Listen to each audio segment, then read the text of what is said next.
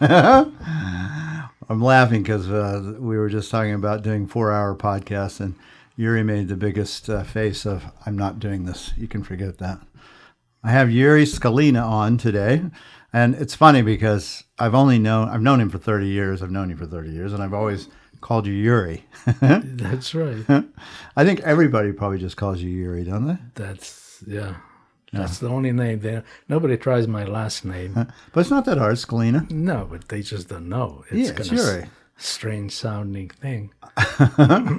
Well, you are an icon in Tucson from the framing world. You've been framing for me literally, I would say close to 30 years, I think. Since 96 or 95. Yeah, there you go. It's almost 30 years.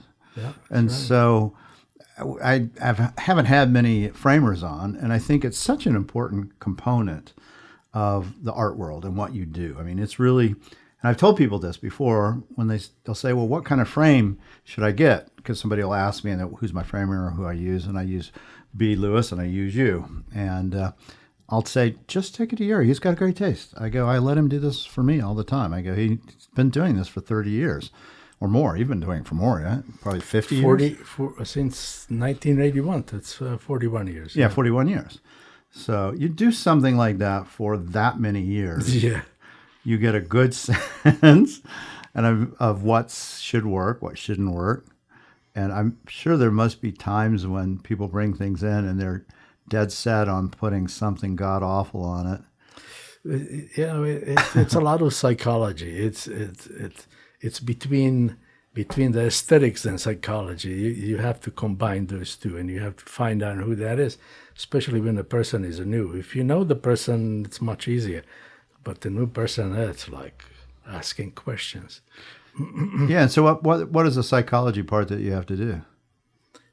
Well, psychology part, you have to figure it out really who the person is, where that goes. I mean, it's just the way how they see the art and what they want from that piece. I mean, all these different questions, how to get, before you put that frame or mat down, you want to know the person.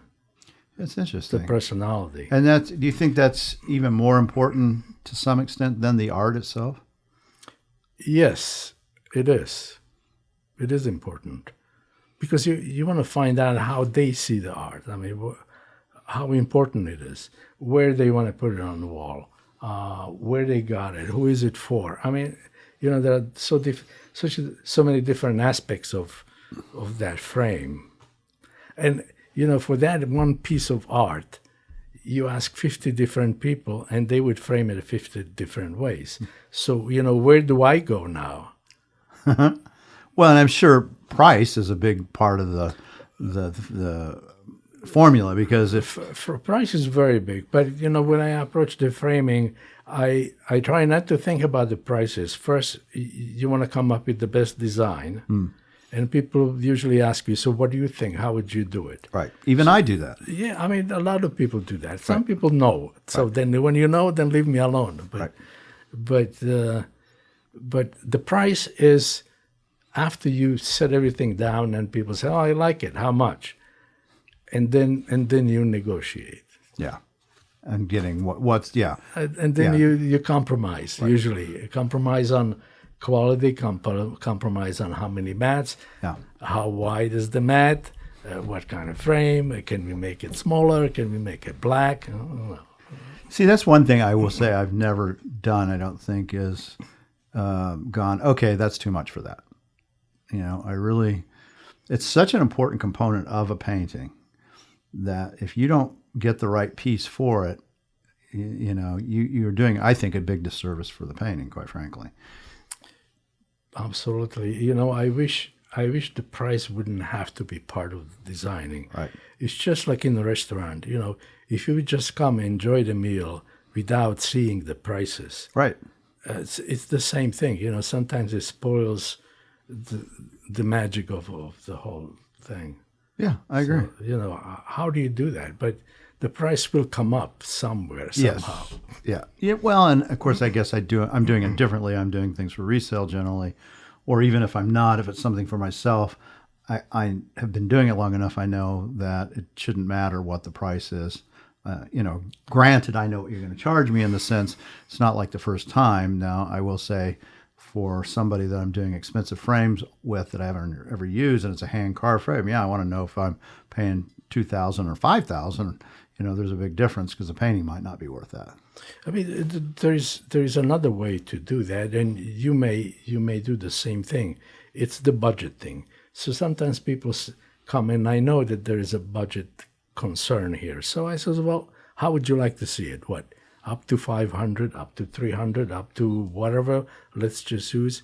And sometimes people don't want to say that, but it's so much easier for them and for me. Yeah. I do the same in the gallery. Because you can go backwards. It's the same thing. What painting you want. Right. Well, it often happens in rugs for me, right? They want to get something for their home, and they kind of have a sense of the size and the color, but I know price is going to be part of the factor. And so I ask them, and, what's your budget? Yeah. And occasionally I think people think, oh, he's going to try to give me the most expensive thing. But the reality is, how can I help you if I don't know?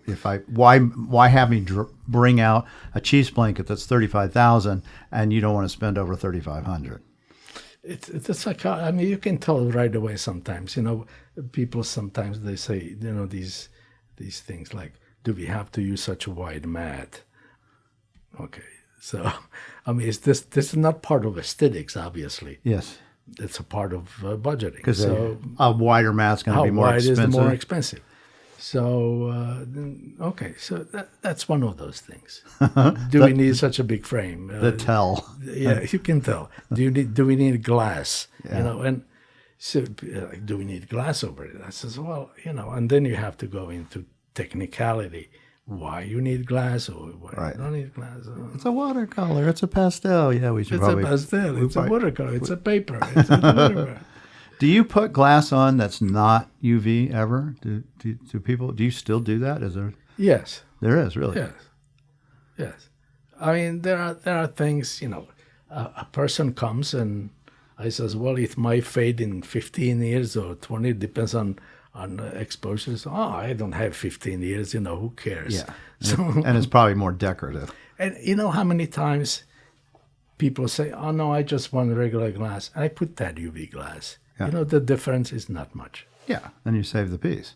And you save the piece. And they don't know, and it doesn't matter. And I've been really moved to doing I think it's called Opticon, the UV plexi. Yeah. Just because when you ship, things break, and plexi doesn't break. It does a good job. That Optium is the greatest product. It's not only, it's acrylic, it's UV, it's scratch resistant, whatever, right. Yeah. No static. Now you can use it on pastel, no static. Nice. And you can clean it with a regular glass cleaner. Yeah. Why don't people use it always? Very expensive. Yeah, I guess so. I mean, I use it for everything. Yeah. I mean, it's just. It is great, but, I break one piece, it paid for all the times that I paid for a little more for the Opticon. Yeah, but I mean, for shipping, you can use regular glass. But it's not the breakage that I'm worried about. As far as the glass part, it's does it damage the thing that's underneath it? Oh yeah, that's right. Yeah, it's not the glass. I could care less about the effect. When I buy things often, that's like that. I'll just tell them throw away the glass. I just take it out and throw away the glass. That's right. Please do not ship it with a piece of board on top of it. Yeah. So you've been doing this since '81, right? So I want to hear the backstory. I've always wanted to hear the backstory about where you came from and how you ended up in this field doing something for 41 years. Because I know a little bit about it because I know you had a gallery in New York City at one time, but you originally, I assume you immigrated to this country since I see here a little bit of an accent. So what's this? Well, it started with changing my life. It's very similar to what's happening in Ukraine now. 1968, Russians invaded my country in a very similar situation where my country were trying to westernize, become more free, and to disconnect themselves from Russia. They would not allow that. This was Slovenia? Czechoslovakia. Oh, Czechoslovakia. So they invaded, and that was 68. On 69, I was in college, and I decided to leave the country. Wasn't as easy as they do it now in Ukraine. You can't just take your packages and go. Right. I had to go through to get a visa.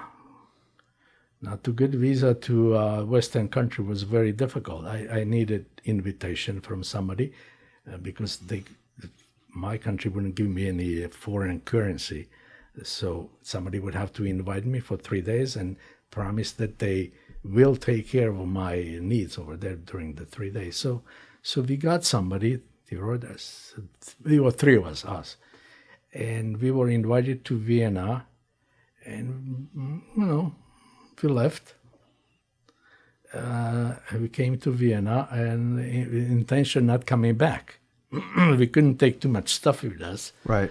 I had $20 sewn in my pants, a small suitcase, and we came to Vienna. We stayed in the Salvation Army for about 5 weeks as refugees. Try not to be on the street, to be picked up and sent to refugee camps. Yeah. We applied to immigrate to USA, but the quotas expired for that year, so we would have to wait 9 months in Vienna. And being young, 9 months is forever. Right. So How old were you at this time? Like 19, 20? That was 21. Yeah. And so I decided to immigrate to Israel. I went to Israeli embassy. All they asked me, when you want to go. And America at that time was in the Vietnam War, too.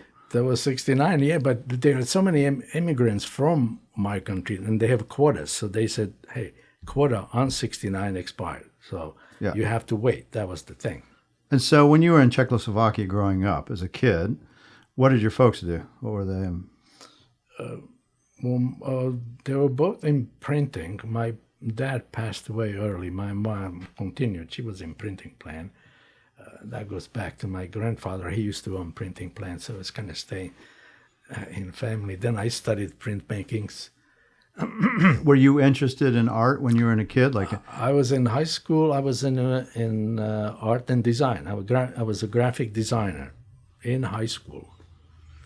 Then I went to college, studied art, continued studying studio art. So you thought you might be an artist? That's really what you were thinking. That was my thing. But I had to take another major. That was Slavic languages. I was a linguist and artist. But in my third year, I escaped. And you escaped with 2 friends? I escaped with 2 friends, yeah. One went back and one went to Germany, and I went to Israel. In Israel, I continued study in academy, art academy. Did you know English at this time? I didn't know English. I didn't know Hebrew. I didn't know anything. Yeah. But I learned Hebrew real quickly. So, before I graduated, I was deployed. There was a war happened in between, so I had to be deployed. I was deployed for about 5 months. Then I came back. I graduated. In the Israel Army. In Israel, yeah. And was that what war? Was that the 7 day? That was the October Yom Kippur War. Yeah, 73. Yeah, 73. Yeah, that was a big deal. It was a big deal. Yeah. And did you get what? What did they put you into? What was? Yeah. I was a combat engineer. So what was that like? Well, that was mines and explosives. And your job was to do what? To diffuse and so on, and plant mines and whatever. How did they determine that this artist is the guy that should be doing that for bombs? They don't ask you. They just say, well, you will go to a combat unit and you end up there. What was that like? What the hell was that like? To what? To do that. I mean, that's got to be, I mean, for some people, that would be absolutely terrifying. You are afraid. I mean, I can't imagine somebody's not afraid during combat. It's it's different. Yeah. It's different to be under fire. I mean, to do these things under fire is difficult. That must have changed the way you see the world. You know, certain things you just kind of blacked out. And there was the one occasion that I had to do something, and I came from that back, and the guy says, "Well, didn't you hear that they were shooting at you?" I said, "No, I didn't." I was focused on trying to get the damn bomb unfused. Wow. And so you did that for 5 months. No, I didn't do it for 5. I was deployed 5 months because the war lasted only a few weeks. Yeah.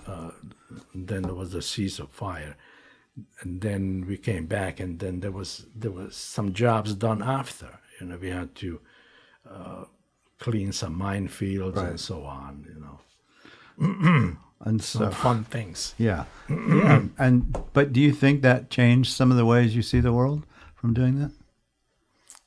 I think so. I think so. I mean, you kind of remember only the fun things, you know, Yes. just with the camaraderie and all that stuff. You kind of forget all that bad stuff. But when I came right after,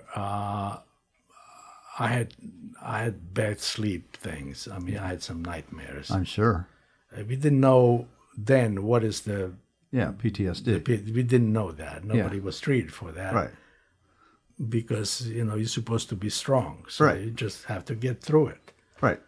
But Just block out all that just stuff black out about, that stuff. It will go away. you know, bullets going over your head and you're Well, right after I had to go back to school and finish my school. right. As an artist, right? I was back to academy. Yeah. That was my last year. Yes. So they kind of extended the study for another semester for us who were deployed. Yes. And we came back, we finished it, and then my future wife was my classmate, Barbara. We were classmates.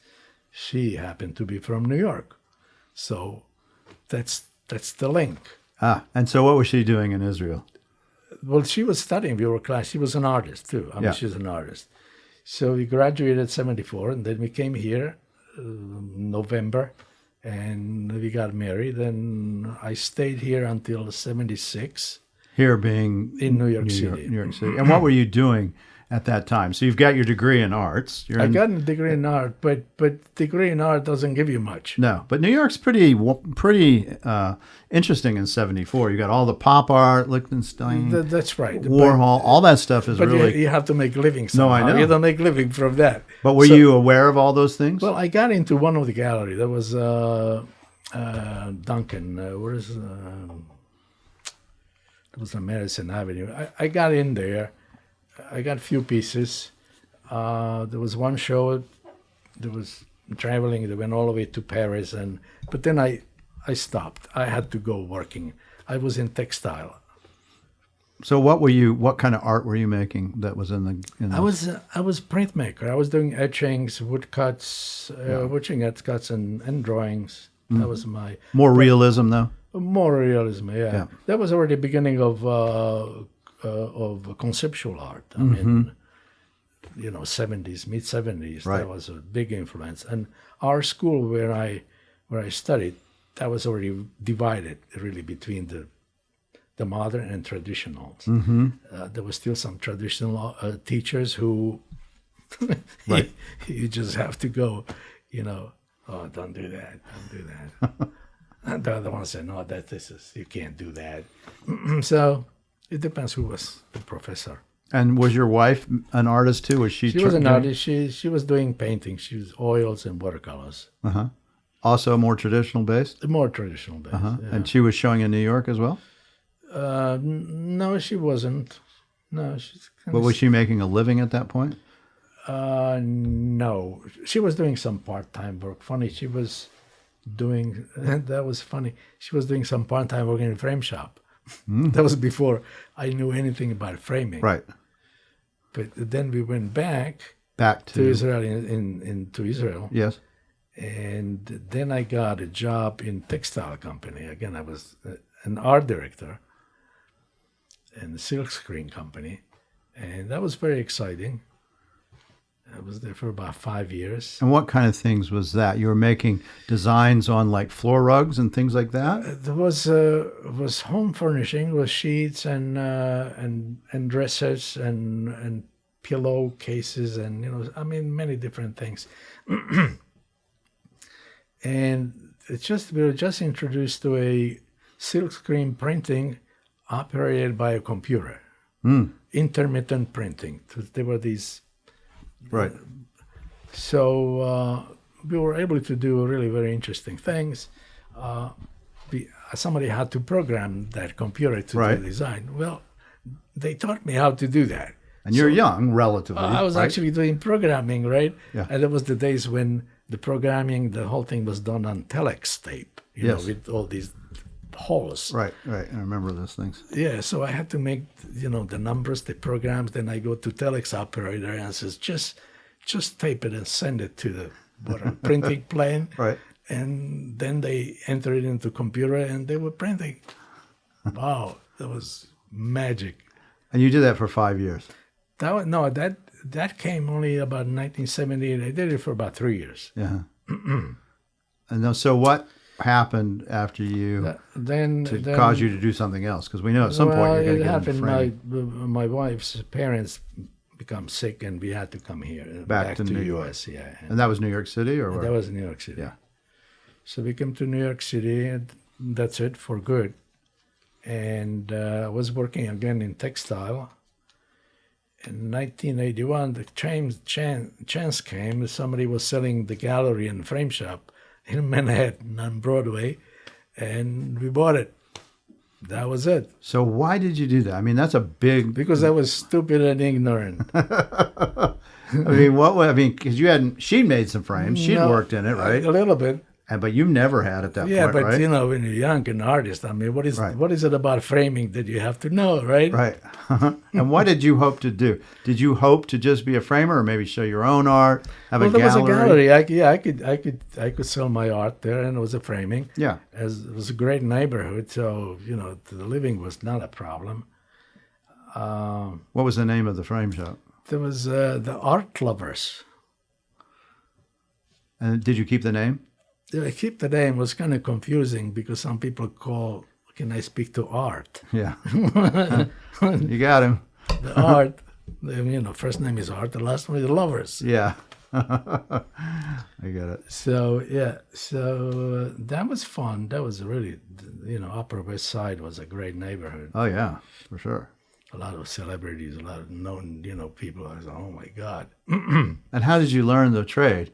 I mean, was somebody there that worked there that you kept on? The person that I purchased the business from, she asked me if I want her to stay there for a while to teach me, right? Right. I said, no, you don't have to. I know. Yeah, what are you, late 20s, early 30s maybe? I was already 33, but... Yeah, well, okay.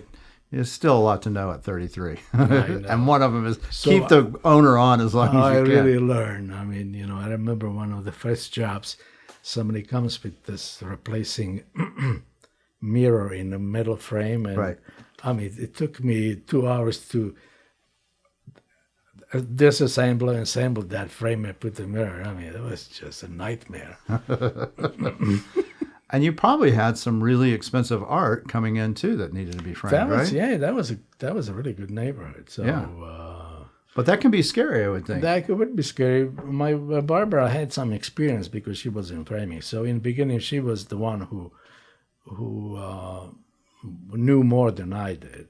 But at that time I was still working half-time. I was still at textile half-time and half-time at my shop, just so it starts up.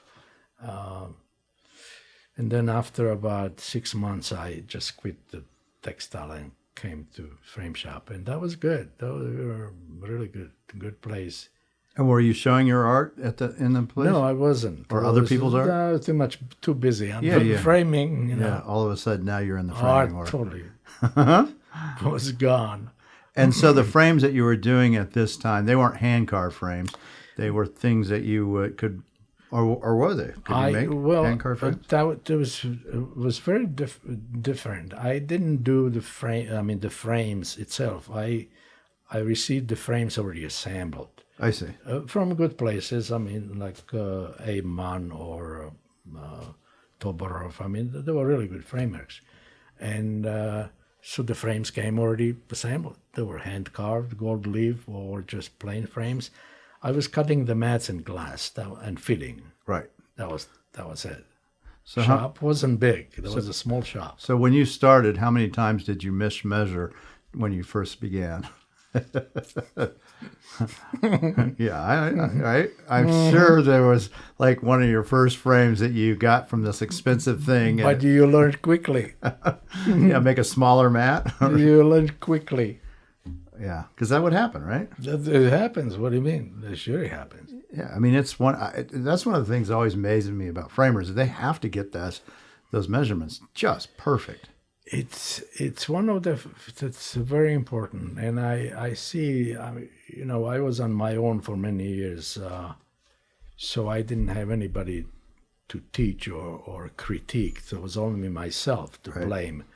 But then what happened later. I went through 2 different frame shops, and I see how some people are struggling measuring. So some frame shop, they have the system that a designer takes an order, makes approximate measurements, and then in the back room there is somebody who knows how to measure, and they go and they really correct that. Right. And so you're running this frame shop in New York, and how long did you do that? Did it for 6 years.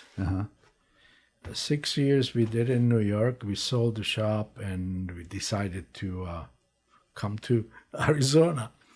Okay, so let me ask you about after 6 years, did you feel like you understood and were a framer at that point? I thought I know a lot, but it's all relative. Right, no, of course. You know it just as much as you know. You don't know what you don't know. Right. So you're just going to continue. It's a constant. But you were able to make a business that was successful, and you were able to sell it. Yeah, and then it's also, as I told you, other one, it's ego. You always think you're the best, and from beginning. I mean, even framers after 2 years, they think they're the best, right? And they know everything, and you kind of have to show that you know everything. Otherwise, people don't come. So why the switch from New York City, a successful, Upper West Side framing place?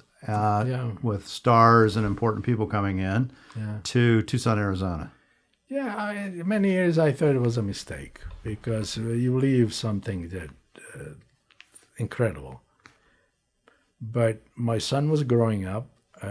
That time we lived in New Jersey, across the river, and commuting every day back and forth to Manhattan wasn't easy. I'm sure. And living... And winters, I'm not crazy about the winters. Living in Israel, I like the climate like here. Yes. So that was it. We decided to leave everything. So it was based on family for your son and climate, that you didn't want to live in a climate like Czechoslovakia or New York City. Yeah, that was it. And the business was, it was really hectic. So... Yeah. It was a lifestyle change. It's a lifestyle change. And why Tucson? Somebody told me, why don't you go and see Phoenix, right? It says, you like it. Right. So I didn't like Phoenix. So that was 81, right? That was 80. No, that was 86. 86, okay. Yeah. No, 81 was in New York. Yeah, okay. That was 86. So I said, why don't you go see Tucson? Yeah. It's a, smaller place. And I came to Tucson one weekend for 3 days, and I loved it. Probably in March. That was June 8th. Wow. Okay, so if you like it in June 8th, I came and landed in the airport, and here the baseball team just came they won the college World Series. Yes. They came in the same plane. And the people are waiting there for us. I said, wow, who are they waiting for? I didn't know. Yuri, he's coming. I know, he's coming. But June 8th, that had to be 108. Yeah, but I lived in Israel. So you go, the heat. It's a dry heat. I served in Sinai. Oh, yeah. It's a dry heat. That was a dry heat. Yeah. I opened the window and I said, I feel fine. Yeah. So, okay, so you show up in 86, right? Yeah. Yep. And you're going to go into the framing business, I guess. Yeah, I was looking to buy a frame shop. There were a few available. One was the franchise Deck the Walls, and in Elkan Mall, and then the famous French Gallery. Yeah. Deck the Walls, I liked it, but it took me 2 weeks to make the decision. And when I called them after 2 weeks, they told me, sorry, we sold it. And that was my luckiest day. Okay, why? That shop in Elkan didn't last. Okay, because it was the Elkan one. Because I know you were famous French. Yeah, I ended up Framer. buying famous French Gallery. Yeah. And that was over on No, that was on Grant and just west of Tucson Boulevard. Yeah. And so was he retiring? Was he getting... She retired. Yeah, she retired, and she was selling it. Did you have her stay on? The what? Did you have her stay on for a little bit? Or did you say, no, I know it all? No, I know it all. You did? Oh, by then I knew already. Yeah, okay. But I was lucky because I really inherited some good accounts. I see. So that was fairly... Yeah, and there were 2 employees there. Yes. So they knew what was happening. So it was easy transition. It was really easy. And so when you do a gallery like that, a framing gallery, I would think there's a couple of routes you can do. You can do hand-carved, expensive custom frames, or you can do frames that are more off the shelf, so to speak. You know, you have the samples, you show them and do that. Was there ever an idea, well, I want to do this one versus that, or do a combo, or how do you decide what you want to do? Because it seems like they don't switch. It seems like either you do the really expensive hand-carved gelded frames or you do the others. That's what it seems like. You can do part. In New York City, I did hand-carved 22 karat gold. I did the top. Right. But you would get those from other people that would do that, and then you would... Yeah, exactly. I Right. didn't do it myself. Right. I didn't want to go into that because it's more of a manufacturing thing. You don't combine usually that with the retail. And I remember one of the first people that I met when I went to Phoenix was Montgomery, from China. Montgomery Frames, yeah. He's still in business. And he was just started. He just started there. Yeah. I met him. He came to one of these shows, and he had samples. And I says, "Well, can you supply me some?" Yeah. And he says, "No, I don't deal with retail. I deal directly with artists." He told me Yeah. that right then. Yeah. I think he still does. He still does. Yeah, Matt Ryder's using his So frames. so I got an idea. You really, it's hard to do the making and also retail. It's just 2 different things. Yeah. So you were going to do it... I just B do to- the retail. Yeah, B2C. Yeah. Yeah, business I mean, to I could consumer. get those still. I can get still those frames from MAN or AMCI. I mean, I could get those, but I wouldn't make those. Yeah. It's just, if you're busy with retail, it's hard to make also carving. Yeah, and no, weaving. I mean, it seems like it's 2 different skill But sets. that was the decision. And somebody else told me the same. Yuri, too bad you're not doing those frames. I could use more. I don't know. It was maybe me. you. It was but there me. was another one. It was me. You too, but there was yeah, I'm sure there's a few of us. what's his Yeah, more than once I said that to you. Yeah. Too bad you're not doing it. And Yeah. it's just Yeah, I get it. So what was it different from having a store in Manhattan, Framing Gallery, to Tucson? What was the biggest difference and maybe the biggest hurdles? one of the different things. I tell you, when I took the place over in New York City, Yeah. the previous owner, she took me to the table. There was a glass cover, and under the cover there was a list, and the list says "List of the beautiful people." That sounds And like there were New some York. names. Yeah. And these are the socialites, the people that move and make. Names, celebrities, Oh, yeah. Yeah, well, there's music socialites too. people, Yeah. theater people. Yes. I mean, I don't want to mention names, but You can. They're gone. it doesn't matter. No, there's some of them still alive. Yeah. But big time. Big, really big. I Yeah. mean, And were they harder to work with than your average customer? what was the strange things? They're always trying to hide who they are. I get it. I understand that. But I mean, just I remember when Kevin Bacon came, yeah, and he comes with who was still his girlfriend, Michael Fox's current wife. So Yes. they were dating. yes, Tracy Paul and I yeah. think. Mm-hmm. So, and she was sitting in a chair there, and she took a newspaper and she was hiding stuff. Yeah. Yeah. I get it. I understand. I mean, no, I really do, because it just constant people wanting things, or it just Yeah. and they don't know you, right? No, I mean, they and don't you're know not who the they old are. gallerist, you're the new gallerist. That's right. And they don't know what you're going to do, or you're going to be telling people, oh, I had Kevin in, and his wife was, they just don't know, and they just want to try to keep as low a profile as possible. There's probably one or two cases that there was one musician lady, and she was open. She was willing to. There was another one, jazz singer woman, and she was also open. She was talking to me about it. Yeah, she treated it like. But not everybody was like that. Yeah, I get it. Everybody's different. Yeah, we see that in our world too. But that's probably the biggest difference. You didn't have a beautiful people list when you took over Famous French? Well, yes, I did. Okay. Because who I inherited was Settlers West Ah, with the Tucson 7. yeah, okay. But coming here, I didn't know anything Yeah. about it. I didn't know who these people are. New York City, you don't know cowboy art. I mean, Right. it's You probably never did one. well. Once a customer came back from Arizona, and this was already people knew that I'm moving to Arizona. So she comes back from Arizona, and she brings 3 postcards, and she says, "Oh, this is the best artist in Arizona." I didn't know that, but that was DeGrazia. Yeah, So I said, "Oh my God, where am I going?" yeah. Yeah, she didn't come back with Maynard Dixon postcards. Not yet. No, she came with DeGrazia. Yeah, that makes sense.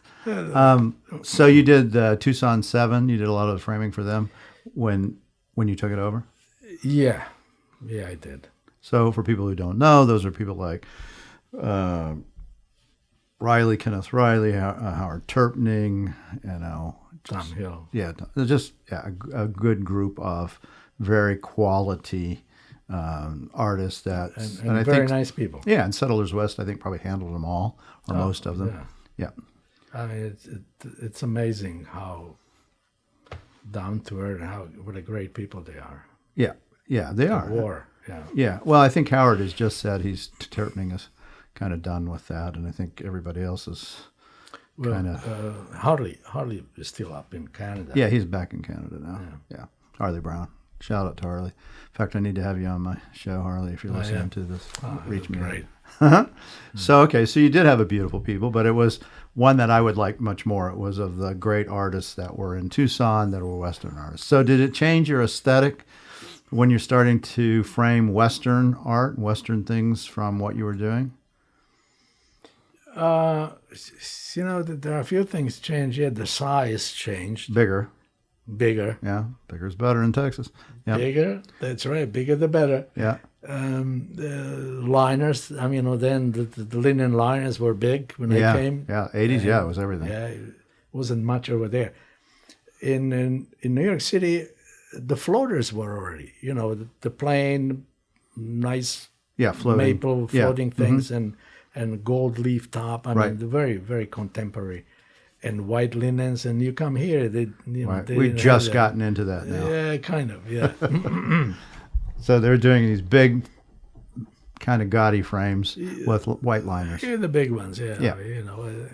And today the same, the bigger the better. Yeah, no, for some. I think that's changed, though. I mean, I don't know what you're seeing in the world, but in my gallery, at least, all my artists don't do that really anymore. They don't do the bigger frames. They do smaller. It's the bad ones that get bigger. Yeah. Well, they think it makes it seem more important. Well, it's that spilling thing, Yeah, I get it. So you do Famous French, and you stay there that's where I met you. And how long did you do that gallery? A long time. Very long time, Well, right? I did it since '87 until up to Well, it started. The closing started 2018 because of the Grand Road widening. Yeah. So, but you moved a couple times because you were once at I Tanque moved Verde. 5 times. Yeah, 5 times. Yeah. So, okay, let's talk about that. So, 5 times you move.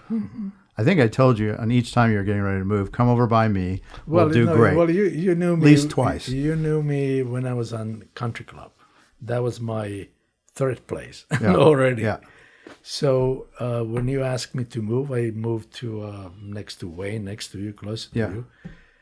And then from there was another move to Grant, and that was it. Yeah. Yeah, but I was 10 years on Tanque Verde. In retrospect, do you think would be for? I'm doing this mainly for people who are framers or doing a company or doing something like that, or maybe just starting out. Do you think it would have been a better move to?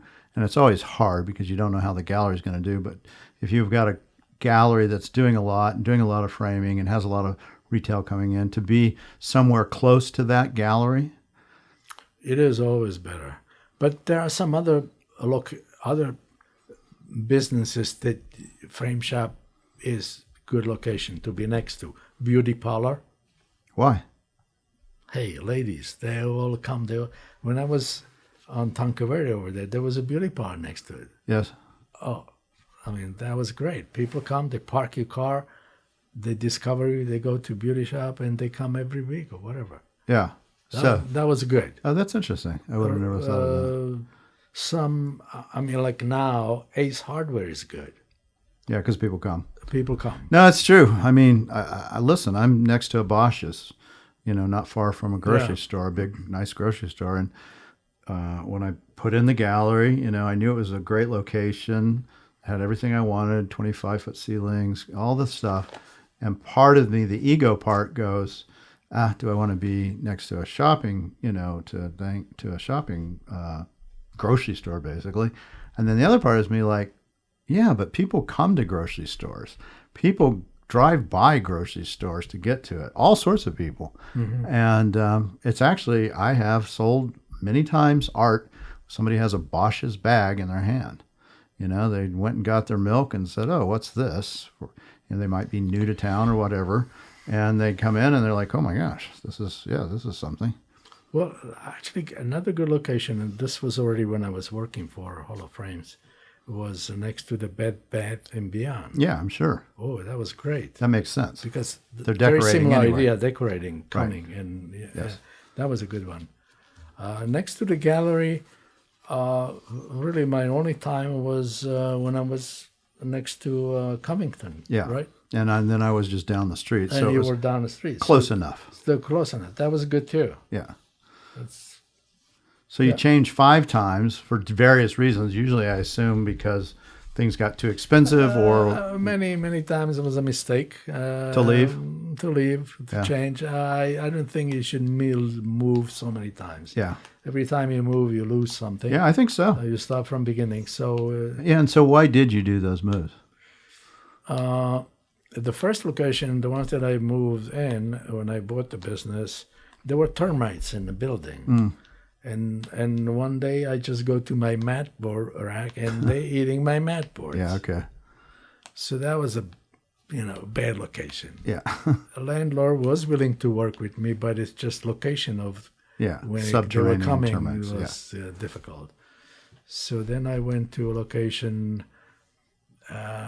There was a good location actually. That center where I was then was really good. A good combination of other businesses. There was decorators. There was a good one. There was the Decorator Square on Country Club in Grant. Yeah. That time that was good. But you left. But I was there. I was there for about 3 years. And then... But why did you leave? I bought my own building. I decided I want to have my own building. Okay, I think that's a reasonable reason. I know it is, but the location is important. Yes, it's true. It's more important than you have your own Ownership. building. I agree with that, actually. So, I don't own this, but So I think location is more important than... Yeah, and so where was that location? That was on Country Club in Fort Lowell. Yeah, so it's actually a good place, but not as good as where you were. No, there was you kind of get lost and people have to find you. That's the problem. You're starting They don't over. see you. Yeah. People, when they drive, they just that's not it. So I was there until I met you. Yep. And that was 97. Then Yep. I came to Tancaverdi. Yep. That was a very good location. I thought so. But then some it reason came you to left. 2006, when the economy got really bad. Yes.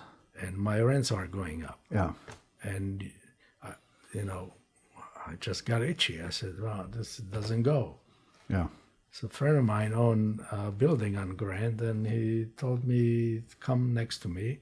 He was in glass restoration and all that, somehow related. Right. And that really helped. That was not bad. So that was good. But you're starting over again. But then you're starting over again because people kind of, it's so far and so this. It's true. I remember. When I moved to next, close to you, the same thing. Even Harley Brown told me, Yuri, you are too far. I'm not coming to you. Yeah. Nobody's so far in Tucson. I don't know. Right. People are coming from Green Valley or from Oro Valley. I don't know. Oh, it's too far. So, yeah. And you stay in Grant Road until 2018. Well, we already knew that the Grant Road widening is coming. Yes. And people knew that also. And they were already asking me, so what are you going to do? What are you going to do? Are you going to close? Are you going to move? Right. So it's sort of bad feeling about the whole thing. Yes. And then they kind of shut the door on me. Yeah. They tore the building down. And Rather quickly, in fact. it was kind of quick. Yeah, it was kind of very, very drastic. So I knew that they will close. I don't know exactly. So I found a place already. Right. So I can transition. And that was another frame shop that I was working for part-time. And I was still part-time in my shop. So Yeah. it was kind of But for 40 years, you're working for yourself, basically. 40 years of making for, and then you apply for a job. And that was an experience. Yeah, and in what respect too? I mean, just from an emotional point of view, ego-wise at all? What respect? I tell you, when you call people and you tell them that you have 35 years of experience, they say, "Oh my God, nobody in my shop has such an experience." No, sure so they not. get excited. Then you come to interview and they kind of look at you up and down. And say, "Oh my God, you were not 15 when you started 35." Uh-huh. So you get ageism. So you get ageism. That's right, and it becomes kind of strange. You go there and as supposedly you be manager, and then suddenly that changes to, well, we can't do it to her because she's there, and you will just kind of slowly get into it, and I suddenly beginning feel the story. Yeah. Very difficult to go from your own big, and right. I also find out that I'm not the greatest team worker. Well, part of that, I get this. I know you, Yuri, but it's because you're your own person. That's right. And that's why you had your own shop and could take the risk. You were willing to do all those 40 years. But yes, it is hard I'm sure it's hard to have some 28-year-old tell you, this is not how we do it. It's a little less than 28, a little much less of experience, and you have to listen, and you have to whatever, and it's very hard. Yeah. Because I expect from anybody else the same thing that I expect from myself, but they know, but they're telling me how to do it. Yeah. And they try to prove that I don't know anything about framing. The whole idea about it is to put you down. Yeah. And the funny thing, because I worked in another place, 2 places, and the first thing on both places was they accused me of scratching the frame, scratching the surface of the silver frame. It's funny. The same thing happened. They accuse you. You did it. That frame goes through so many different hands, and then suddenly it comes back to me. Yeah. And it happens to me twice. And then it's just terrible. Okay, so then that manager leaves, right? And then, well, naturally you would be the next one, right? That's why you were hired. Right. Oh, well, they kind of keep you like, well, temporary. You'll be the temporary manager. Yeah. You'll be temporary manager. I says, why? Well, just we want to see how it goes. Then you find out they're actually looking for somebody new Yeah. Yeah. to Again, replace you. ageism. And they find somebody, again, in 20s. Right. And it's back to the same thing. But you happen to have actually found a great place now with I found a Sarnoffs. great place. Yeah. They're great. It's difficult to be aged to see when you are the same age. Yeah. But they have young people too. Yeah, I know. No, it's fun. No, this is finally it's a relief. So this is a shout out to Sarnoffs. This is a Sarnoff art and Yeah. framing. Yeah. And I've used them too. I used them even when you weren't there. Yeah, You know, yeah, they I do a know. nice job. They're fast. They're courteous. They're ethical, and all that stuff. So Yeah. you know. So okay. So now you have found your spot, but there must be a reason that you continue to want to frame, because I'm sure that it had to cross your mind at some point that, okay, maybe it's just time for me to retire. Maybe, you know, I've had my shop. I've done it for 40 years. And, you know, do I keep doing it? Well, I'll tell you the difference. When you have your own shop, your customer tells you, I hope you won't retire. I hope you will stay. Right. You're not retiring, right? Right.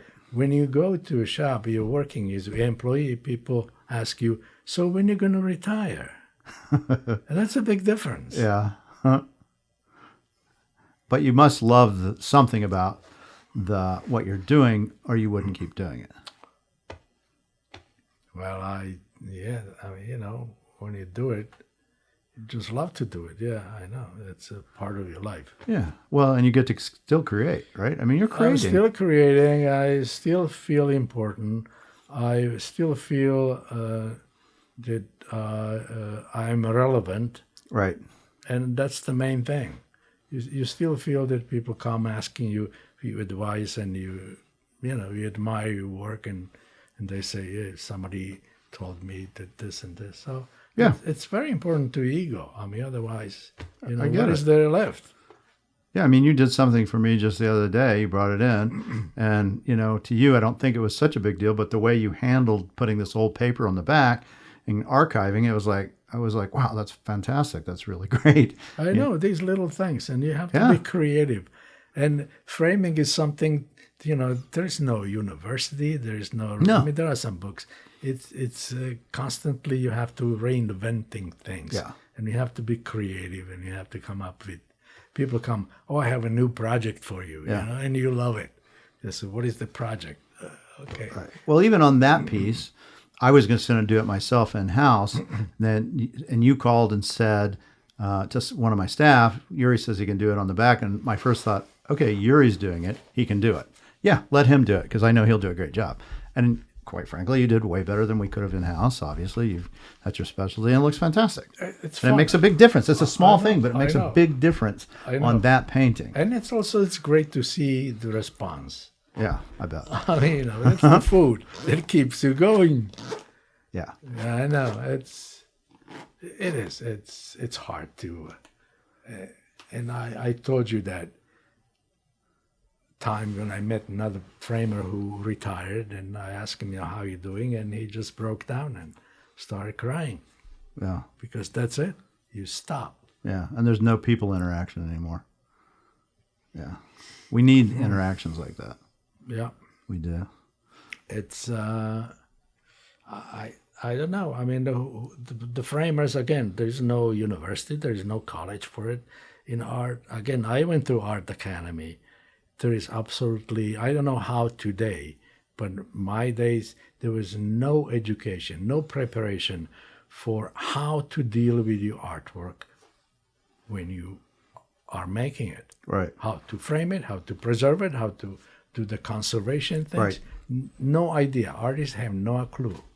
And again, I don't know how is it today. Yeah, I don't know either. Yeah. I know the best framers in town know how to do it, like B. Lewis. She is able to handle the artwork, and very expensive artwork, knows exactly what to do and how to, you know, that's another thing that you're trusting with your framer. You're leaving a piece of, you know, in my case, it could be something, you know, $100,000 object, whatever, with somebody to trust them to be able to not only frame it, but also take care of it. But beginning artists, I mean, when they start, it is difficult to frame good quality framing. Yeah. Because, so in our case, we were doing it ourselves, when we were students and after.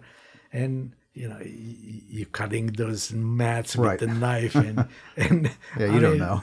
Just, Yeah. cardboard. So you've been doing it for 40 years, right? Mm-hmm. What is the biggest changes you've seen in that time frame in the framing world? Things that have changed, either from technology and how it's done, or maybe the types of things that are used? Well, the changes, the framing.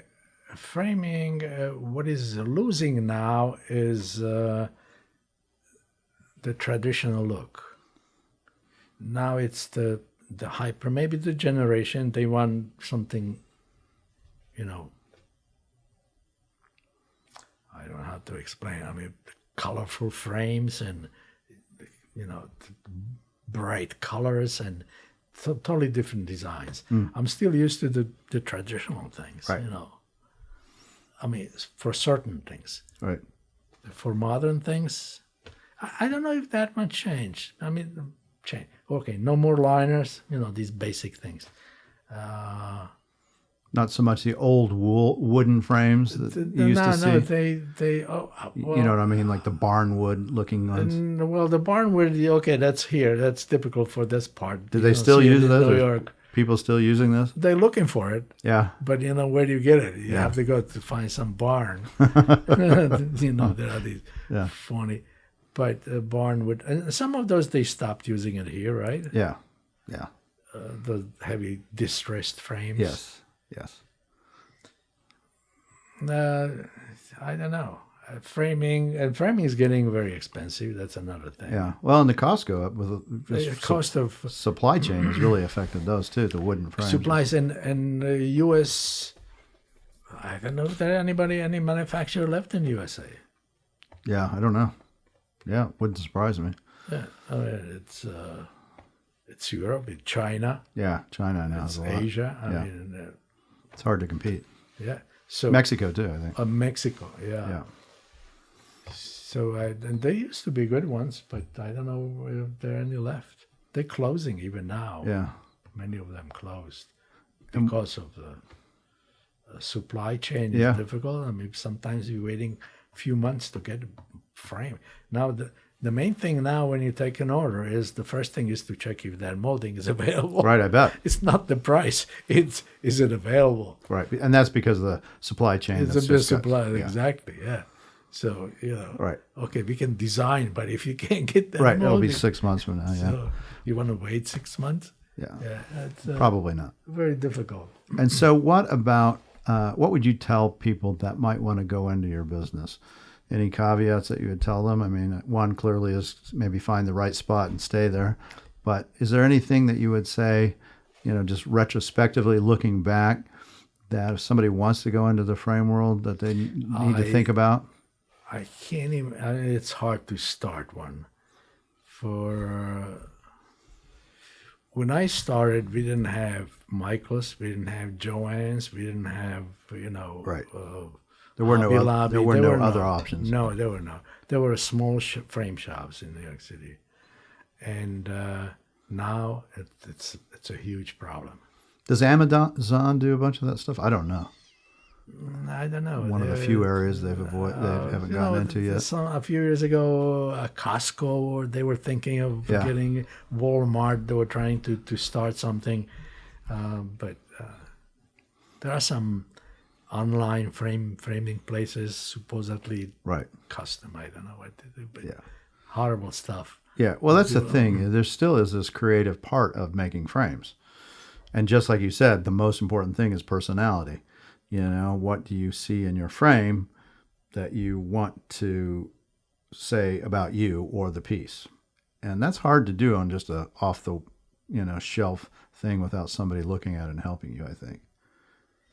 And also, I don't know if today the young generation have the patience to go through that whole process of becoming framer. Yeah. where do you start? You just Yeah, start. you have to work. I would think you have to start at somebody's frame shop. You have to. And do they have patience to do that? Yeah. I mean, when you're young, Yeah. I don't know, because you have to have so many different talents for it. You know, I mean, as you said, measuring. Yeah. I mean, that's you still have to know. Not everybody's good at that. No, I not wouldn't. everybody. I would not be good at that. I would be a horrific framer on many levels. Colors. Yeah. You have to understand color, the You color have to wheel, all understand that the stuff. colors, yeah. I think that's where your advantage is of having gone to art school, quite frankly. Colors, well, you can also train yourself. You know, I always say it's similar to music. If you have good hearing, obviously you hear different things than I do. Yes. And I believe that artists see the colors different way than other people. Oh yeah, for sure. So, and it's hard to measure that, but there is a difference in that, and not everybody has it. And you know, somebody told me, "Oh, framing is so lucrative. You know, maybe I should go into framing." Okay. It's so lucrative just because the frames are expensive. Is it lucrative? You know. It's a tough job, right? I mean, it's a tough, very, and very materials are competitive. very expensive. Yeah, yeah. I wouldn't. That would never occur to me that this is a great money maker. I don't know. Well, you know why? but- Because people go to get a piece to frame, and it costs them $800. So they say, "Oh my God, it must be really lucrative, right?" But Yeah, you know, yeah. remember, this is 22 karat gold. I know. And then all the materials, it's very expensive. So Yeah, a lot of times we don't even mark it up for a frame on certain things just because it's just the cost of having to do business to get the painting ready to sell, and you really can't add. You know, I mean, I can spend $3,000, $4,000 on a frame That's right. if it's deserving, and I've spent more than right. that before. So, and sometimes you can't recoup that on the thing, but it's also important to the painting. it is. It looks totally different. But you know, how are you going to explain to emerging artists who are just starting that spending $3,000 on a frame is important? No, it's hard. But I do have that conversation with all my emerging artists Oh, I know. imagine. that you have to do This it. is investment that Yeah. you're investing. It's just like starting a business. It takes you years Yeah. until you make profit. Yeah. And if you're an artist, you know, if you're going to show your paintings in a crappy frame or cheap frame, to me, that says something about your art. Whether it's, you know, subconscious or consciously, I think it's a big deal. That would be my takeaway for any artists that are listening to this, especially if you're just starting. Spend the money on the frames. It makes a huge difference. Your price structure will catch up to the frames if you are doing what you're supposed to do. But there's a part that you see more than I do when artist is framing their own piece. Yeah. I mean, who are you framing it for? Are you framing it for the gallery? Are you framing it for yourself? Yeah. Are you framing it for a potential client who will buy? I mean, how do you choose that? So many times they say, "Well, I don't want to spend any money because they will change. They will hate the frame anyway." Yeah, that's okay. You know, if they hate it, well, you can get another painting for that same frame. Yeah, exactly. But you know, here you tell them, "Well, you have to spend money on the frame." So that's, you know, I'll spend hundreds of dollars, and Mike and Mark will call me and says, "You know what? They don't like that frame. You have to change it." Well, what we'll do on those situations is we'll say, if we can, we'll get a frame allowance. Mm-hmm. So take something true. off for the painting. This is what the frame cost is. And you can do it yourself. Go to Yuri's. Yeah. And Yuri will look at it and help Yeah. you. Let him deal with it. Yeah. You know? Well, that's easy because this is already a customer who purchased the painting. Yeah. So they know. But when artist is framing his own piece to put in the gallery, Yeah.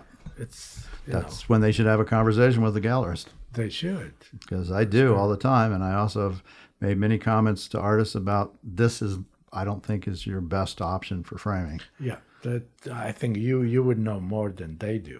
Yeah. How to frame it. It's in some respects, it's very true because I see what people want, Sure. people don't want, all that kind of stuff. Sure, you know the client. Yeah, you I know do. How Yeah. they see the framing.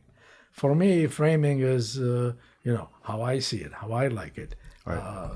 But for you, it's you know how the clients like Yeah. it. And I also, to some extent, I think I know how the painting's going to look the best if it's, you know, presented in a different fashion. Yeah, there is that general way of being acceptable to many people. Exactly. There is a way. And there are things that change over time. I mean, I've seen it from big, huge, massive frames to much more smaller, more even kind of a modernistic or floating frames and those kind of things that just are more palatable for today's art buyers. You know, it's funny. You ask me what is difference. Well, one of the different things is the gallery wrap, right? Yeah, right. Yeah, you must hate that. That puts you out of business. It's a gallery wrap for those who know it don't have a frame. Really? You know, gallery wrap. You don't have to frame it. Right. Yeah. And a lot of people do that. I know that. Yeah. Yeah, that must be a dagger to your heart when they go, I think I'll go with the gallery. I know. Now you don't have to frame it. And, and the funniest thing is when the giclée is gallery wrap, right? Yeah. So not to lose the part of the painting, they make that mirror image of the side and they wrap it. Right. And then you get these funny looks on the side. Right. Yeah. Oh, come on. Gimmicks and gimmicks. Yes. Yeah. Well, yeah, that changed the whole framing industry. I mean, how the framing industry reacted to it. They came with a lot of floaters, so now the floaters are a big deal because you can still show some of it. Right. I like floater frames. I like too, but that was really a reaction to the gallery. Yeah, no, that's exactly right. Yeah. It's better than the gallery wrap, but it's a way that gives that same sensibility. It's a kind of half-half. You preserve some of it. Yes. You don't have to cover the painting. Right. You can show some of the side. Right. And it's floating nicely. It's still independent thing. Yeah. But that's a big change. Well, I'm really happy you came on. And, you know, you came over to the gallery the other day and brought my painting that you just finished, and I was like, why am I not talking to Yuri? He's very interesting. I want to know about the history. People about I can't tell you how important framing is for our business. It's a big component of our business. Yeah, I can imagine. And it's a big component to artists as well. And so people overlook framers, I think, sometimes as being critical to the business, but it's really an important part. And the best ones I found, the ones I use, are really have art backgrounds or are artists themselves. I think those are the ones. I think it's important just because of the talent, because of colors and proportions and all that stuff. History. You understand the history of certain pieces. Well, that's right. I mean, you know, it helps me so much to be knowledgeable about printing techniques. I bet. I can explain people how the lithograph is done, how the dry point is done, how the etching is done. You know, all these things I know. So people sometimes, is this a lithograph or this is etching? Or they don't know. Well, you got 3 generations of the printing, right? Yeah, my grandfather, my father, my mother, me, my sister. Yeah. Kind of in blood, the black blood. That was all printing, that's right. So if anybody in Tucson or anywhere else, you could probably do it online or call them through Sarnoff's. That's where Yuri can be found. And that's great. They're up on Sunrise and Swan area. Swan, Sunrise, right next to the few doors west of Ace. Yeah. Too bad there's not a beauty salon right there. Or is there? Yeah. No. Well, there are a few other things over there. It's a great center. We have, it's nice. We have really good people coming. It's location. Yeah, and people don't leave that center very often either. No, it's a good location. Yeah, I've been in 30 years, and you don't see no turnover really. You know, as I said, I made all these moves, and most of them were wrong moves. I mean, now I see it. Yeah. And you know, sometimes you want to be close to your house. Sometimes you want to be close to this. Yeah. Wrong choice. Yeah. Wrong reason. Yeah. Now you do need to look at it as a business and make a decision. Yeah. I literally would come to this center before I started for a couple of years to watch the flow, to see, you know, how was there enough room in the parking lot? Mm-hmm. You know? Parking lots. Just those kind of things, just to see what it was like. What's it like at night? What is, you know, just so I can get a sense of what it is. That's right. Yeah, it shouldn't be just a flippant decision. So, yeah. Well, you know, when I was on Broadway in New York City, so you're talking location. Yeah. So I came in, so I was talking to somebody, I want to put sign on my shop. and somebody told me, sign? What do you need this sign? Right. Your window is right here. There are thousands of people walking by, not driving. Right. They walking by. Right. What do you need a sign Right. for? Yeah, location. Yeah. Well, and I also think you made the right move to come to Tucson. It's a healthy place for your family, for you. It's a healthy place. Yeah. Yeah. No, you clearly made a choice from the gut, which is important. I mean, I was also lucky. I guess I inherited some, and then I met you and some other galleries. So I was fairly lucky. Yeah, I think you make your luck. Well, you kind of have to keep it up. Yeah, and you also still, as a framer, you have to produce. If you do a bad job, or you can't get things done, or if you're all those things, it doesn't matter how much luck you have, they're not going to use you or refer it. And even today, I'm working for our people, but I'm so critical about sometimes they don't like me for that. That I still act like it's my shop. That's good, though. I think that's an important thing. Know. But, now they taking it fine as a healthy way. But the previous places, I know. Well, there's just no way. Yeah. How can you do that? You come the first day, they give me a test if I can fit something. That was my test, my other place. They left the thing on the table if I can fit it. I put the paper on the back and wire. That was my test. I almost. Yeah, that had to be humiliating, honestly. It is. Yeah, well, luckily you found the right spot. It was tough. Yeah, I'm sure. I mean, you told me, you can't imagine how is it to not to be on your own, or to be your own boss, to work for somebody. It's very tough. It took me a long time to change my. Yeah, the screws. Yeah. The nice thing is you can go home at night and not worry if the termites are eating into your mat boards. Well, I still worry about it. You know what? Yeah. I still worry about the scraps and the waste and all that stuff. Yeah. And I don't know. I can't get away. I see a screw on the floor. I have to pick it up. Yeah. I mean, I pay for that screw. Yeah, no, that's good. Well, that's the advantage of having somebody with 45 years of experience. I know. It just. Somebody told me, a old sales rep, it says, Yuri, it's not how you sell, it's how you buy. And, it's just, funny, I didn't think about it for many years, but you can really lose a lot by not being careful how you buy. Yeah, it's true. Right? Well, I've always said you make your money on the buy. Yeah, that's right. It's true. And he says it's how you buy. Yeah, and that doesn't mean that you're having to not pay enough or you're not paying fairly. What it means is don't make stupid mistakes too, that's and right. really overpay for something, because that can you can only do that so long and stay in business. Yeah. Well, mistakes are terribly damaging mistakes.